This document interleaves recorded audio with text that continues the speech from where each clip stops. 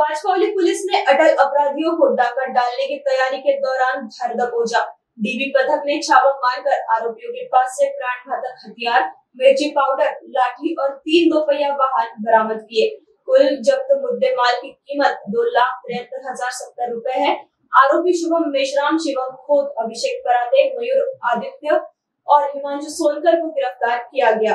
आरोपियों के खिलाफ भारतीय दंड संहिता की धारा 310(4), 310(5), आर्म्स एक्ट और महाराष्ट्र पुलिस कानून के तहत मामला दर्ज किया गया है। पुलिस अधिकारियों ने बताया कि यह कार्रवाई अपराधियों को शहर में डाका डालने से रोकने के लिए की गई है। आगे की जांच जारी है। आम्हाला गोपनीय बातमीदाराने माहिती दिली की काही जे गुन्हेगार आहेत तर ते दरोडा घालण्याच्या तयारीमध्ये आहेत। त्यांच्याकडे वेपन्स आणि इतर दरोड्यासाठी लागणारे साहित्य देखील आहे।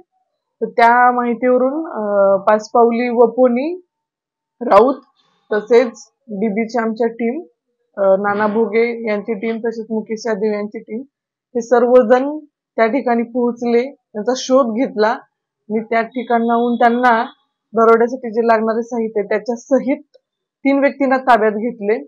त्यांनी तिथे पळण्याचा प्रयत्न केला। 3 व्यक्ती ताब्यात मिळाले, 2 तिथून निसटले। त्यांना आम्ही दुसऱ्या दिवशी अरेस्ट केलेलं आहे। मग अटक केलेल्या आरोपितांचे काय नाव आहे, त्यांचा काय पार्श्वभूमी रिकॉर्ड समोर आला आहे आणि 2 टोळ्यांमध्ये नेमका वाद कशामुळे होता काय? याच्यामध्ये हर्षपिंडा आणि चिंचुरकर या 2 गँगचा वाद आहे।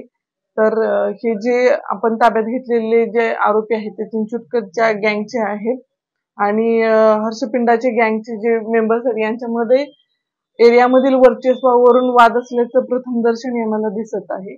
आपण जे सध्या ताब्यात घेतलेले लोक आहेत तर त्यांचं नाव आहे शुभम मेश्राम, शिवम खोत, मयूर उर्फ दातारे आडतिया, हिमांशु सोनकर आणि अभिषेक पराते हे आपण आरोपी ताब्यात घेतलेले आहे। यापैकी बऱ्याच आरोपींचं रेकॉर्ड आहे पूर्वीचं, एक आरोपी वगळता। पण याआधी जी तहसीलच्या आधी त्यांच्या दोघांमध्ये वाद झाला होता, नेमकं म्हणजे काही अनर्थ करण्याकरिता, काही एकमेकांचं विकेट करण्याकरिता ही घटना केल्याची माहिती मिळाली। याच्यामध्ये आमच्या प्राथमिक तपासामध्ये ह्या दोघांच्या टोळी वादावरूनच जो एक आम्ही 307 चा एक खुनाच्या प्रयत्नाचा एक गुन्हा दाखल केलेला आहे। ही दरोड्याची पूर्वतयारीची घटना वेगळी होती।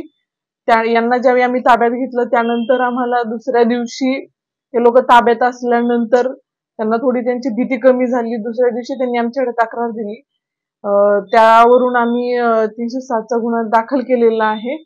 आणि त्या गुन्ह्यामध्ये आम्हाला असं दिसलेलं आहे की त्या दोघांमध्ये वाद असून त्या दिवशी काही अनर्थ घडला असतं जर आम्ही त्यांना ताब्यात घेतलं नसतं तर।